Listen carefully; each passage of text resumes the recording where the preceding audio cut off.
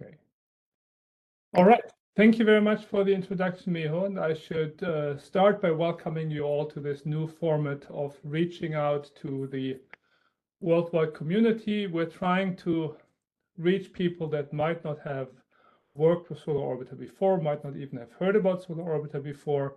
And I'd like to thank Miho in particular for conceiving this new format. And I think it's really exciting, and I hope that many of you will learn new things. And our goal is to provide you with the tools you might need to work with Solar Orbiter and its data, should you find it interesting. And the goal of today's presentation is to get you interested in the Solar Orbiter mission and its data. Okay, so there might even be some people out there who have not considered the sun as an interesting star. Clearly, there are more explosive stars and stars that excel in other dimensions that the sun can't compete with. But the one domain in which the sun really stands out compared to all other stars is the proximity to us that allows us to resolve physical processes on the star in detail in space and time. And that's really what sets it apart. And what this video from NASA Solar Dynamics Observatory shows is high resolution spatial images, about the best that we can get from 1AU so far. And one area in which Solar Orbiter is entering new territory is by going closer to the sun. So we go less than a third to the Sun-Earth distance, and we have, for example, imaging cameras of the type of what you've just seen.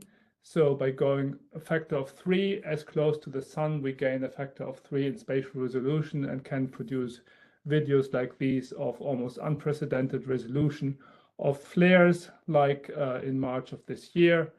And a key point is that we co-observe the same part of the sun with almost all our instrumentation, and that gives it a breadth of physical parameters that we can explore at the same time.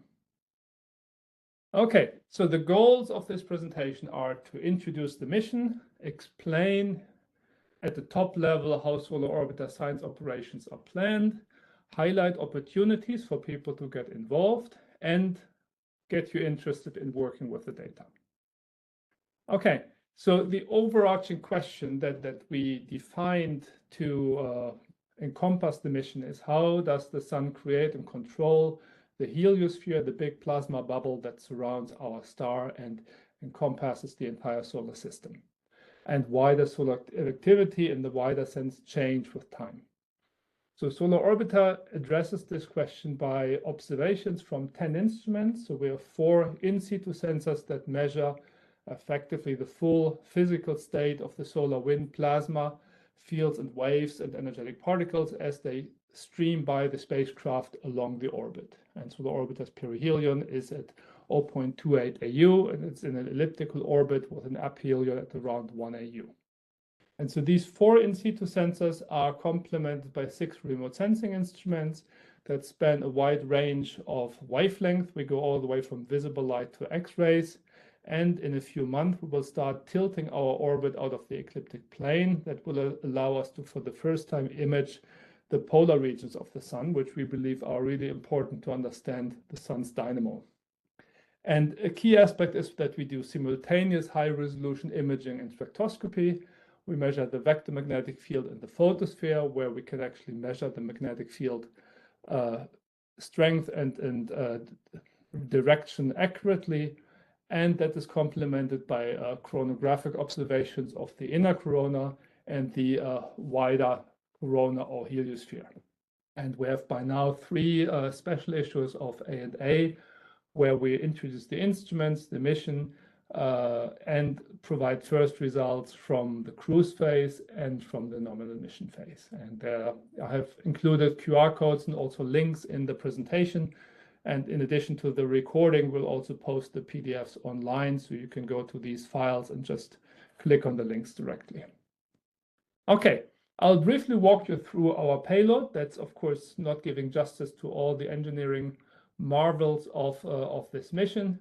But here you go. So we have 4 in situ instruments. We have the radio and plasma waves instrument, RPW. that has 3 radio antennas that are 6.5 meters long, and they stick outward from the spacecraft. And in addition, there's a search core magnetometer that is in the middle of our boom that you see on the left-hand side. And we have a second magnetometer, a flux gate sensor with 2 units on the boom that provide high frequency and high resolution measurements of the magnetic field. And then we have the solar wind analyzer suite that has 3 sensors: the heavy ion sensor, which unfortunately is not functional right now, the electron analyzer at the tip of the boom, and the proton alpha sensor. And then we have the energetic particle detector that measures suprathermal electrons and protons, other particles in the suprathermal ion range, and a high energy telescope with 2 units for energetic electrons and protons.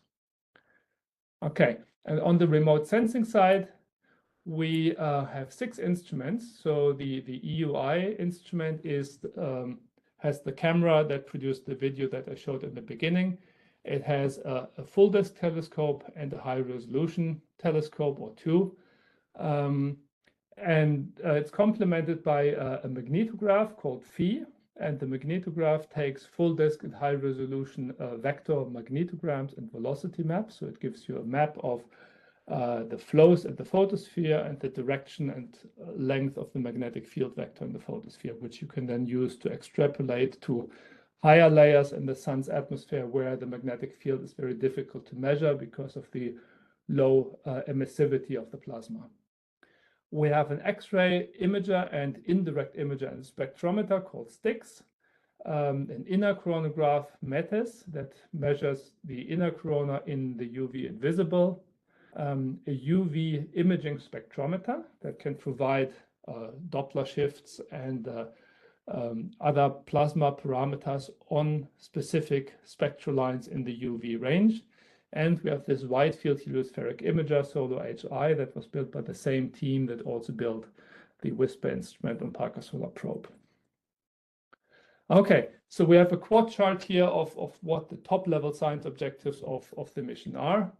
So the first one is trying to see where the solar wind plasma comes from and how the magnetic field on the surface of the sun shapes the outflow of particles and the overall structure of the wider corona. And the second one is how do time varying events that we call transients on the sun drive changes in the heliosphere. So if you have a flare and a CME, those can drive shocks in the corona. And by using both remote sensing and in situ instruments, we can try to connect the 2. And the third topic is about solar energetic particles. So these are highly energetic particles that are largely emitted in eruptions that occur every few months to weeks at around solar maximum and really seldomly around solar minimum.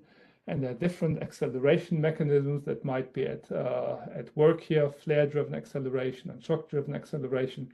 And Solar Orbiter has all the instrumentation to look into these physical parameters in detail. And the final science objective is one that we will only be able to start addressing next year, largely when we get out of the ecliptic plane and can take observations of the polar magnetic field. We hope that will give us interesting new data that will enable us to constrain various dynamo models and better understand the global flows of the solar interior. Okay, and all this is summarized in a paper by Yannis Zouganelis and colleagues from 2020. It's called the Solar Orbiter Science Activity Plan. And in this document, we try to break down these relatively broad top-level questions into actual questions that we can address with specific observing sequences. Okay, and the goal of all of this is to link what's happening on the sun to what is happening in the plasma bubble of the heliosphere around it. And when we were writing the assessment study report to ESA to promote or propose the implementation of the Solar Orbiter mission, this cartoon was drawn by the STIX team. So assume you have a flare taking place on the solar surface. You would measure that flare in UV and X-rays. The magnetic reconnection would open up the magnetic field lines, and you would have electrons escaping along these field lines. And these electrons then would generate radio type 3 emission, which you can see immediately in the radiant plasma wave measurements in the upper right. You would, just with a little delay, also get the actual energetic electrons at the location of the spacecraft, because they almost travel with the speed of light. And you could take their arrival then to time the arrival of the heavier particles later on, and from that infer the conditions of the interplanetary space between the sun and the spacecraft. And so in the big picture, this actually works. So these are actual data from our first closed perihelion in March 2022. This is an actual image from EUI's full disk imager. So it even caught a CME on this camera. And we were lucky enough to point the spacecraft exactly to the right spot to capture a flare. Also in the X-ray detector sticks. And shortly thereafter, the radiant plasma wave instrument detected a type 3 radio burst with a typical shape and Langmuir waves that gave rise to this burst. And that's complemented by EPD measurements of particles with various composition and energy. Okay, and there's a paper by Steph Yardley and co-workers that was published late last year, where she, for the first time, successfully makes a connection between the slow solar wind's source regions on the solar surface to the wind as it streams past the spacecraft. And that's actually quite an amazing accomplishment, because it is not trivial to do, and it relies on dedicated efforts for modeling and try to connect the two, but this paper shows that it can be done, so the overall concept of solar orbiter does work. Okay, so now let's take a step back on the overall mission operational concept. So we launched in February 2020. It took us about 2 years to get into our nominal orbit. So we used Venus gravity assists to get closer to the sun and make the orbit in the right phasing, so that we can carry out our science observations at a perihelion of around 0.29 AU right now. So the orbit is elliptic. Right now we have a period of 6 months, 180 days, and that is set by the resonance condition of the orbit with the orbit of Venus. So every 180 days we pass by Venus, and the next time we do that in February of next year, we'll start tilting our orbit out of the plane, and that will give us the first use of the polar regions. And so we've had 6 closed perihelia so far. The last one was actually 2 days ago. So we are right now almost at our closest approach still, and are taking lots of data as we speak. And as we look into the future, we will have opportunities for polar observations with increasing angle. So nominally, the mission is approved by ESA until end of 2026. And we hope that with the science that we are doing, we can convince our funding agencies to extend the operations to the higher orbit phase, higher inclination phase that will start in 2027. And ultimately, we can reach latitudes of about 33, 34 degrees out of the heliographic equatorial plane. Okay, this is a different way of looking at it. You see distance as a function of time in the top panel and latitude as a function of time in the bottom panel. The blue vertical lines indicate the Venus gravity assists. So we have had 3 of them so far, and 1 with Earth in the beginning at the end of the cruise phase. The overall operations concept is that the in situ instruments and the X-ray monitor are operating 24/7. Because our remote sensing instruments can take much more data than we can actually downlink, we focus our remote sensing data acquisition on 3 windows per orbit, so roughly 30 days.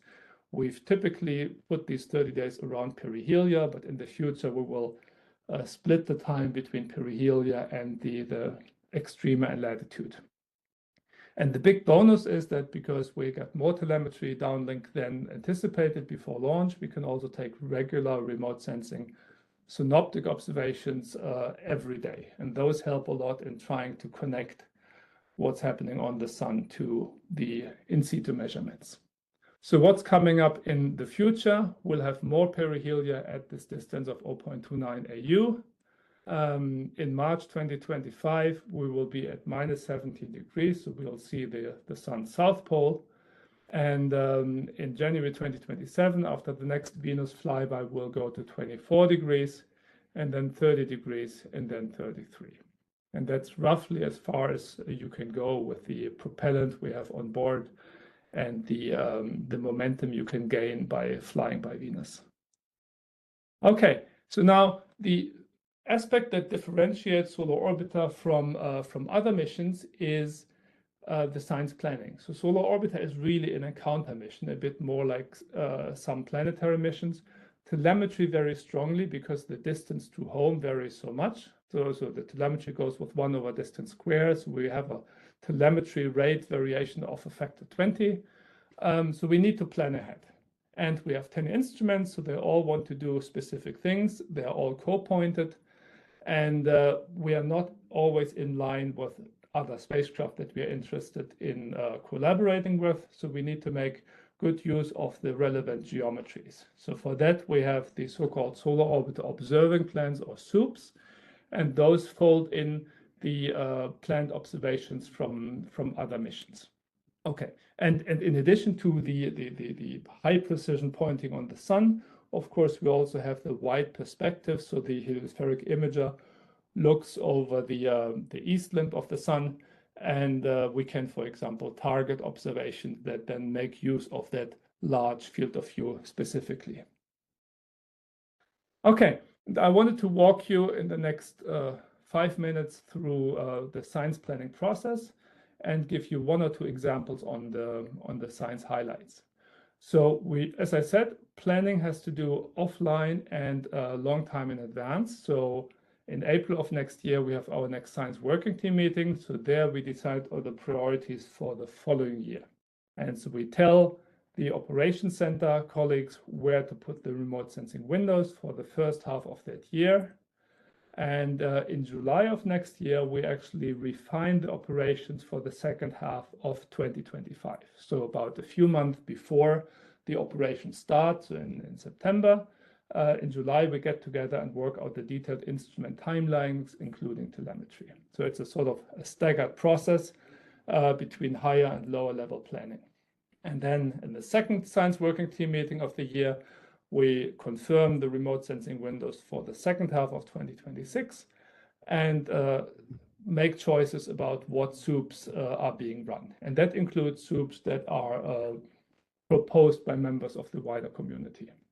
Okay, and then the same thing as before, in January 2026, we have another operations working group meeting where we nail down the details for the spring 2026 perihelion. Okay, that's a lot of information. So we have a detailed roadmap online that you can go back to and check where we are in the planning process. Okay, and now obviously, a month in advance, you have no way of knowing what is going on the sun in detail. So we have a specific mechanism for that, which we call very short-term planning. So that involves so-called pointing decision meetings, where the person that's in charge of that particular observing program makes that decision based on the latest data that you get from the spacecraft and tells our operations center colleagues where to point. Okay, and there's a planning webpage that Miho set up where coordinated observations are described, and the coordinates of where Solar Orbiter will point are always updated. Okay, so I'll briefly walk you through science operations for the first close perihelion. You see the orbit in this maybe unusual coordinate system, which has the sun in the center and the Earth at the origin of the coordinate system. So within a very short time, we go from Sun-Earth alignment to perihelion to 90-degree separation, and then out again. And so you see this in the full disk imager of EUI. Maybe you can see the square in the middle with the dashed lines. That shows the field of view of the high resolution imager. So you can see that It is actually a relatively small part of the disk, and that part is also covered by the magnetograph and roughly also by the UV imaging spectrometer.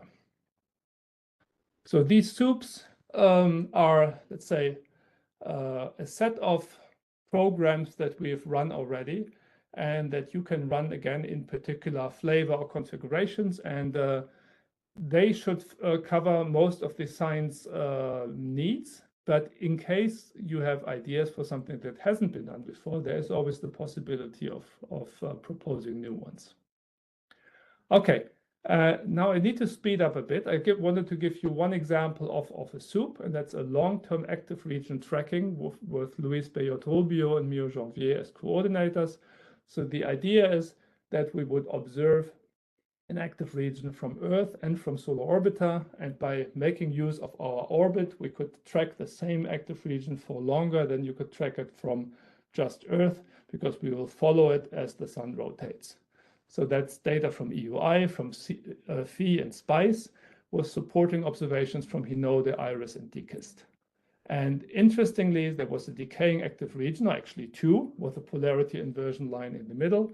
And they gave rise to a very nice M-class flare and filament eruption and CME. So that's a really rich data set that Mio then exploited together with co-workers to find out all the details about this erupting filament and test the standard 3D flare model and use all the rich data from Solar Orbiter to work out the details of the physical processes. And one aspect that you usually don't have is you have UV spectroscopy for loop diagnostics, and you have the magnetic underlying information from Phi and the X-ray sources from STIX. And the last item I wanted to mention is a recent paper by Jaime Rivera, Sam Badman, and co-workers that was published just about 6 weeks ago in Science.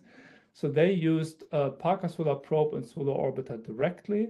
And from the in situ measurements from Parker Solar Probe and Solar Orbiter, they could work out that there's actual acceleration of the solar wind taking place between the distance of Parker Solar Probe at that time and the distance further out of Solar Orbiter. And that is actually remarkable, and that is a result that you can only get if you have two probes roughly radially aligned at different distances to the sun. And so they actually found that there's magnetic energy stored in the solar wind by large amplitude alpha waves, and that energy is then being used to further accelerate the wind and keep the temperature that both spacecraft measured in situ. Okay, and I'm coming to the end. Overall, we're in a super exciting phase of the solar cycle because we are approaching solar maximum. And Laura will tell you in the next talk more about how to use the SunPy ecosystem to make plots like these. So in this plot, she plotted all the flares from the STIX instrument observed since January 2021. So these are more than 40,000 flares and many away from the Sun-Earth line. And you can see the flares coded as circles with diameters corresponding to their strength. And so we have this really rich data sets of many flares, and then we keep going in that direction. And so there are many flares that were not seen from Earth. You can get a really comprehensive view of the sun's rising activity with these data. And the bottom line is that we have a wonderful team of missions now in the heliosphere. We have old missions like SOHO and SDO that are still providing really useful data. We have Parker Solar Probe really close to the sun, but largely with in situ instrumentation. We have Solar Orbiter that I've talked now about for a while. And we have a new ground-based instrumentation like the 4-meter DKIST telescope on Hawaii. And we're trying to get these various players to play together in a team. And the final slide is, where do you get started? So a good point to get started is the ESA Cosmos webpage. So we're trying to put all the information there. You can learn basics about the mission. You can have a look at previous publications of images and videos. And more importantly, you can get information about our science working groups. You can get information about how to get the data, how to coordinate with other parties, or how to coordinate with Solar Orbiter should you be an external party, for example, from another spacecraft or observatory. We try to publish so-called science nuggets at regular intervals that give you a flavor of all the science that's being done. And I wanted to close by just providing you a few links on how to get the data. There's the ESA Solar Orbiter archive. NASA has a mirror at Goddard, which is a plain HTTPS server. There's SunPy that Laura will now tell you all about. NASA's Virtual Solar Observatory, the CEDAR web, and from some instruments, you can also get the data directly from the PI teams. And there are also Jupyter notebooks from all teams that give you tutorials on how to get started. So there are some QR codes, and this is my very last slide. We have done really interesting science with Solar Orbiter now in the first year since launch. There's still a lot of scope to do more multi-mission, multi-observatory coordination, and that's where we invite you as the wider community to be part of. There are science working groups on 7 distinct topics. Those are led by Daniel Verscharen. You can sign up to any one of them or all of them. Typically on Thursday afternoons and Monday afternoons, European time, these groups meet. And the data is open, so 3 months after the instrument teams have gotten the data and have calibrated them, they upload them to the Solar Orbiter archive, and from there on, it's all yours. And we hope that you can do interesting science with the data. And if we can help you do more of that or do it better or in a different way, feel free to reach out. Thank you.